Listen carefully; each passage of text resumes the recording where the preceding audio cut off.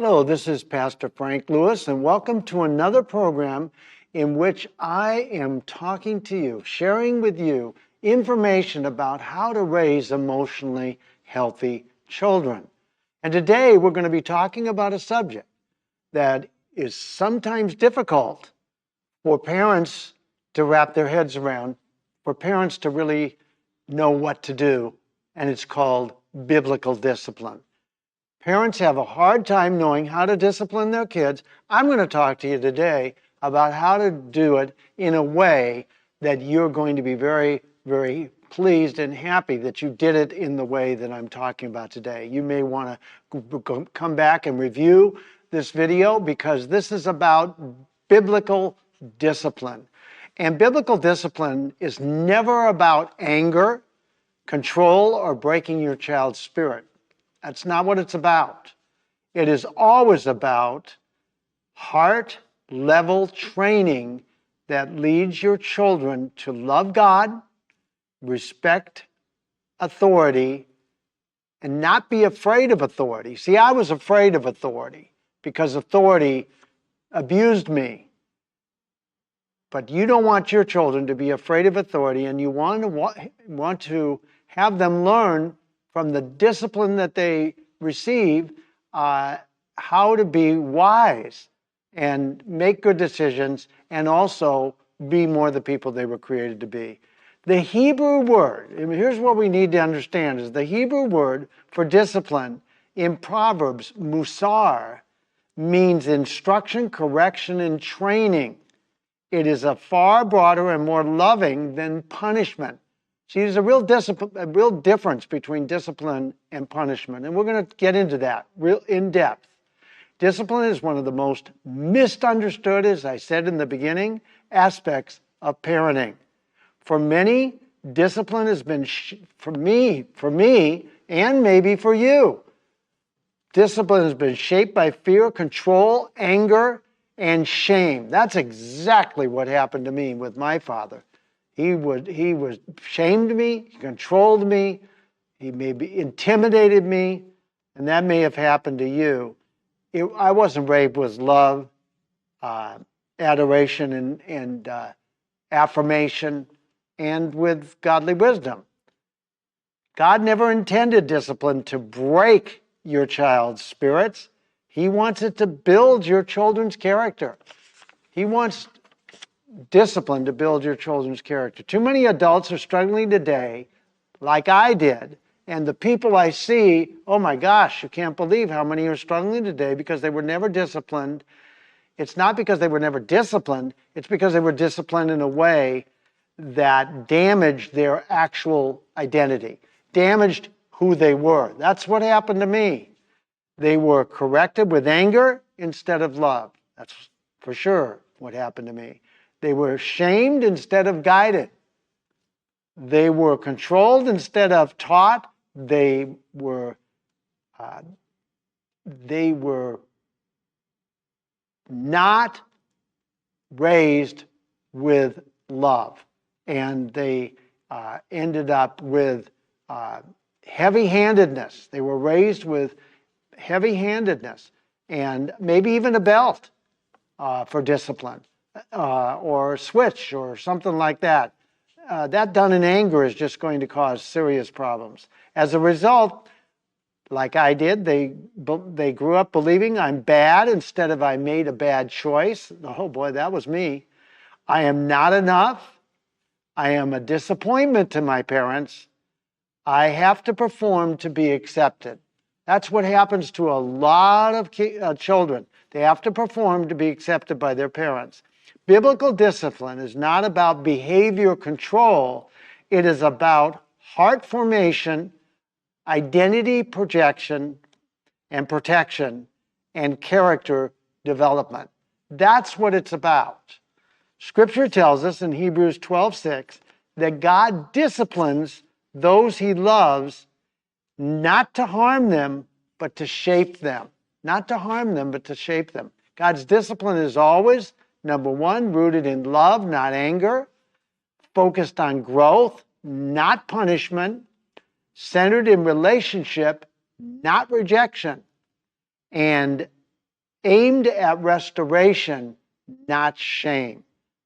So it's very important that we realize how God disciplines us so we can be disciplining children, correcting children, guiding children through correction the way God does. God never corrects us by attacking our identity, never attacks our identity and who we are. He corrects us to our behavior while reinforcing who we are. This is the biblical model for you as a parent in disciplining your children. It's a biblical model. Now, I want to discover with you and walk you through the difference between punishment and discipline. But before I do, I want to tell you about the book I wrote. I wrote this book called The Key. This book is the underpinning of everything I'm telling you about how to raise emotionally healthy children. And it is a book that you can get on Amazon, and you would be wise to do so because it is a book. The key is to emotional healing. I also have a YouTube channel, and the YouTube channel is at Fortifying Families, at the @ sign, Fortifying Families 4, the number 4. Why is it that way? Because somebody else had Fortifying Families. So that's what we put together. I put together, and you can go and find over 20 videos on parenting and 19 videos on how to have a great marriage. If you have a great marriage and then you have kids, that'll be much better than trying to have kids. Right after you get married, it's going to be more difficult. So we need to recognize the differences between punishment and discipline, because many parents, a lot of parents, confuse them, but they are very different. Let's look at punishment first. Punishment is driven by frustration and anger. It focuses on what the child did wrong. What your child did wrong is punishment. It often includes shame and harshness. Shame and harshness. It seeks control or compliance. Punishment always seeks compliance. You do it my way or the highway. What I say is all that you know to do. It damages the connection you have with the parents. It damages the connection the child has or your child has with the parents. Now here's discipline, completely opposite, driven by love and intentionality. It focuses on teaching and growth. It maintains emotional connection. See, you got to maintain that emotional connection, otherwise the child is going to feel disconnected, and that's not what you want. It builds understanding and responsibility, and it protects their identity, who they are. It protects it. That's what discipline does. Punishment says you are the problem. Discipline said, let's address this problem together. How discipline can damage identity is really important for you to know. Your child's identity is fragile and still forming when they're young, still forming when they're younger children. And you don't want to damage their identity when it's just forming. When discipline is handled incorrectly, it can create deep internal wounds. Emotional wounds get created when discipline is not done properly, when it's punishment. If you discipline your children by shaming them, you will damage their identity, because you're not saying that they did something wrong, you're saying that they are bad or they are wrong. They're defective. They don't just measure up. You don't want that. So you want to say, for example, this is what this looks like. I gave you a couple of examples. There's a couple more. What's wrong with you? Oh man, did I hear that? You're so different. You don't fit in. You never do anything right. You never do anything right. Oh my, please don't do that with your children. That's attacking their identity. And so these statements accuse and attack your child's identity, who they are. not their behavior. See, you want to discipline and you want to correct behavior, not the child and who they are. If your correction is anger-driven from emotional reactivity, your child learns I'm unsafe. Love can turn to anger very quickly, and I need to protect myself. See, if correction is done when in anger, then your child will need to protect themselves. If you punish your child by withdrawing your love, by ignoring or isolating or emotionally shutting down, it teaches your child that they are only loved when they behave. They're only loved when they behave, which creates a performance-based identity. And that's not what you want. Inconsistent discipline means when consequences change. In other words, you say one thing, you can't have ice cream after dinner, but then it changes. And you give them the ice cream, but you then tell them something else. What happens is if it's based on your mood, your child develops an understanding that is confused. They're going to absolutely be confused. They're going to be anxious and they're going to be insecure. Why? Because you've changed the consequences. So what is the goal of healthy discipline? Your goal is to raise your child to do the following. Number one, understand right from wrong. That's really a key piece to being able to help your child. You're teaching your child to regulate their emotions. You're teaching your child to take responsibility for their actions. You want your child to feel secure in the love that you show them, even when you're disciplining them. You want your child to develop an internal conviction. What is it that I need to do differently next time?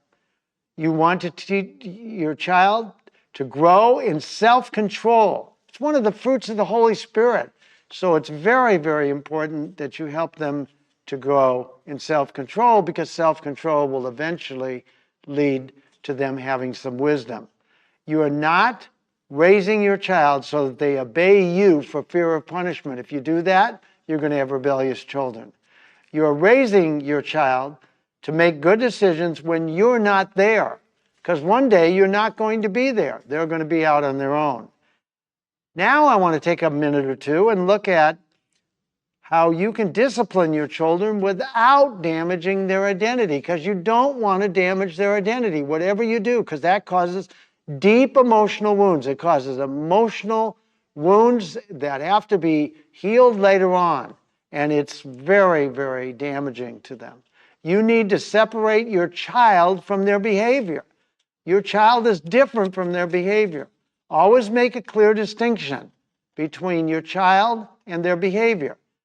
And here's some examples. Always that their behavior was not okay, but you are okay with them. They're not bad. Example, you say, I love you, but the choice you made was not a good choice.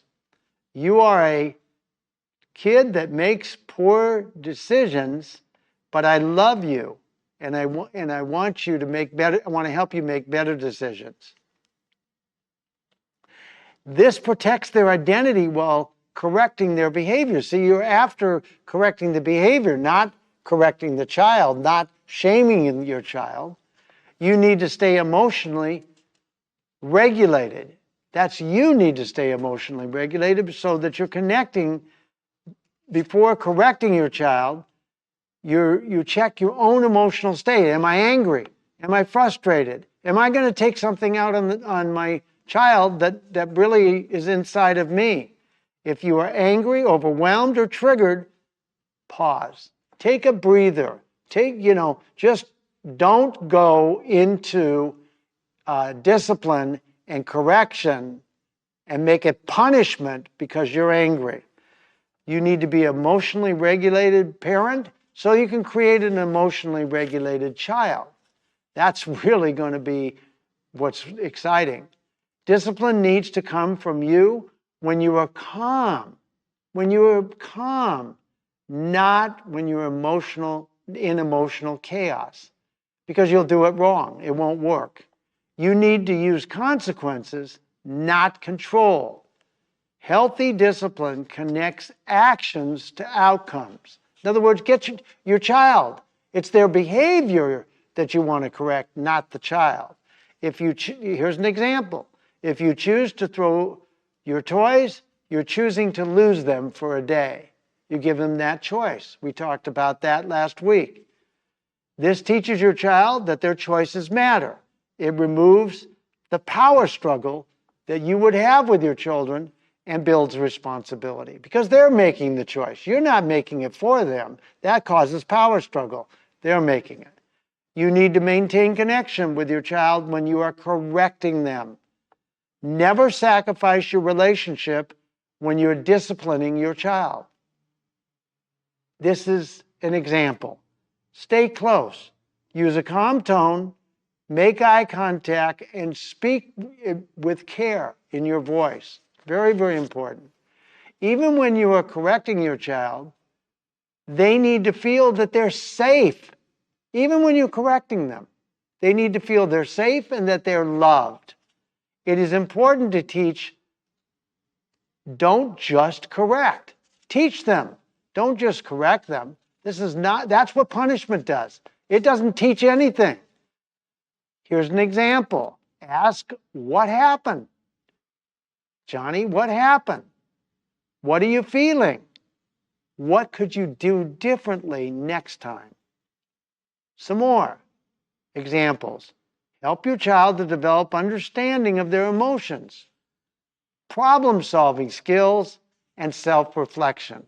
That's really what you want to develop, is problem-solving skills and self-reflection. This is critical, you must avoid shaming your children when you are disciplining them at all costs. At all costs. Do never shame your children. When you shame them, it damages their identity and causes deep, deep emotional wounds. And it's at the deepest level. When you tell them that they are bad and they're defective, you're basically saying you're defective, you're not valuable, important, and worthy. You don't want that. Conviction said that your child did something wrong. Shame says, I am wrong.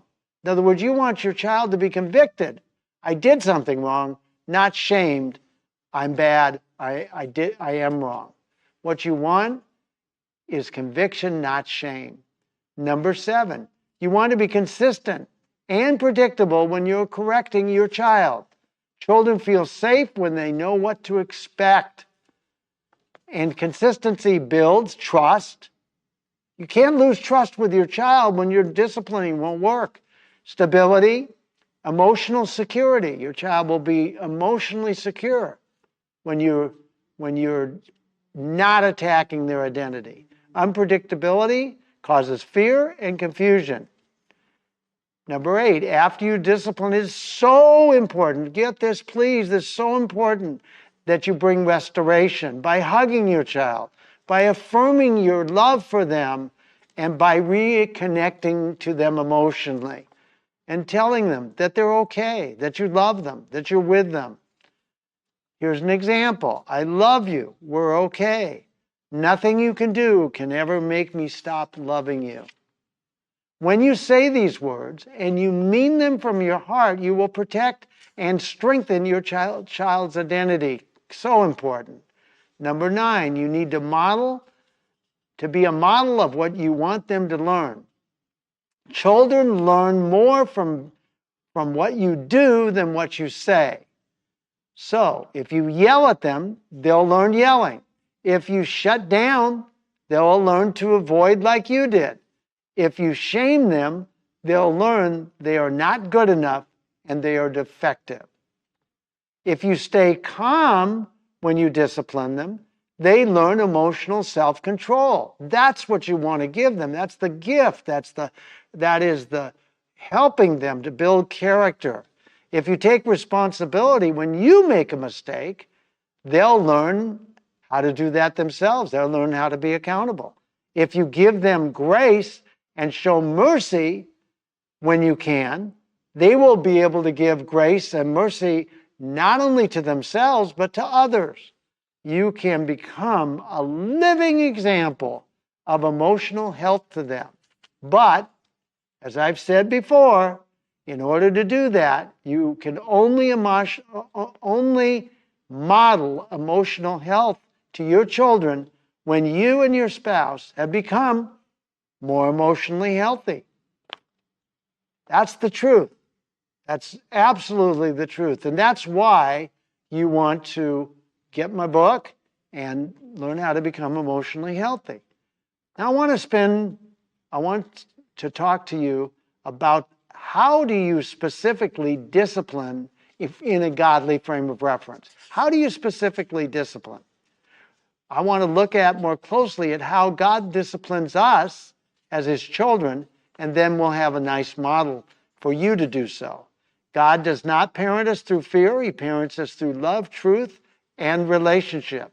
He corrects, but he never condemns. He corrects, but he never condemns. He convicts, but he does not shame. God guides, but he does not control us. He gives us freedom to make decisions. So when you discipline like God, you will protect your child's identity when you correct them. Your discipline will help your children build the character that they need. The way you discipline your children will strengthen your relationship with them and their relationship with you. You need to reflect God's heart towards your children. You need to reflect that heart, that tenderness, that kindness, that gentleness, the fruits of the Spirit toward your children. Now you may be wondering about about this thing called the rod of correction. How do you bring correction that the Bible talks about, a rod of correction in Proverbs 13:24 and other places? So let's look at that. Let's delve into that a little bit. Proverbs 13:24 says, "He who spares his rod hates his son. Spares the rod, hates his son. But he who loves him disciplines him promptly." Proverbs 29:15 says the rod and rebuke bring wisdom. This is where you as a parent have already used other methods. See, you've used other methods. You've corrected your child with love. You've removed privileges, perhaps, and you have used timeout. You've used other methods, but they haven't worked. So if you choose to spank your child, which is the rod, if you were not talking about a steel rod, we're not talking about a whip, we're not talking about a switch, we're not talking about a belt. We're talking about spanking your child with your open hand or with a very small spoon perhaps, but you're not beating them, you're not hitting them. You do this when they're in willful defiance or they're acting out and causing themselves behavior danger. These are not negotiable biblical guidelines. Never spank your child in anger. Follow Ephesians 6:4, which says, "And you fathers, therefore mothers also, do not provoke your children to wrath, but bring them up in the training and admonition and acceptance of the Lord." Don't spank your children for making childish mistakes. If you do choose to spank, do it in a private, make it brief, and with your hand, but never leave a mark. Never, ever leave a mark. You must always follow up by a full explanation of what they did wrong and why you felt the spanking was important, but with prayer and reconciliation. You've got to hug your child. You've got to bring them close to you. If you're going to spank, it must be age appropriate. And spanking is not effective after the age of 10 or 11. You and your spouse must be united. You must be united and in agreement that spanking your child is necessary. If you or your spouse are uncomfortable with spanking, choose another method. Just choose another method. Remember, the rod passages in Proverbs emphasize from loving correction, this isn't abuse. So when you and your spouse have healthy discipline with your children, there is long-term impact for your children who will grow into adults who will be emotionally secure, can handle correction without shame, take responsibility for their actions. They build healthy relationships. They walk in confidence, and they have great self-worth. They live from identity, not performance. They live from who they are, not that they have to perform to get love. Godly discipline reflects God's love, which shapes your child's identity, allows for their growth. They are very safe, and they have a great connection with you, and a place where truth and love actually meet. Your child should walk away from being corrected. Get this, please. This is very important. Your child should walk away from being corrected and disciplined, not feeling the pain of rejection, but feeling loved and secure. The ultimate goal is not raising children who fear consequences, but raising your child to know who they are and what choices are right for who they are.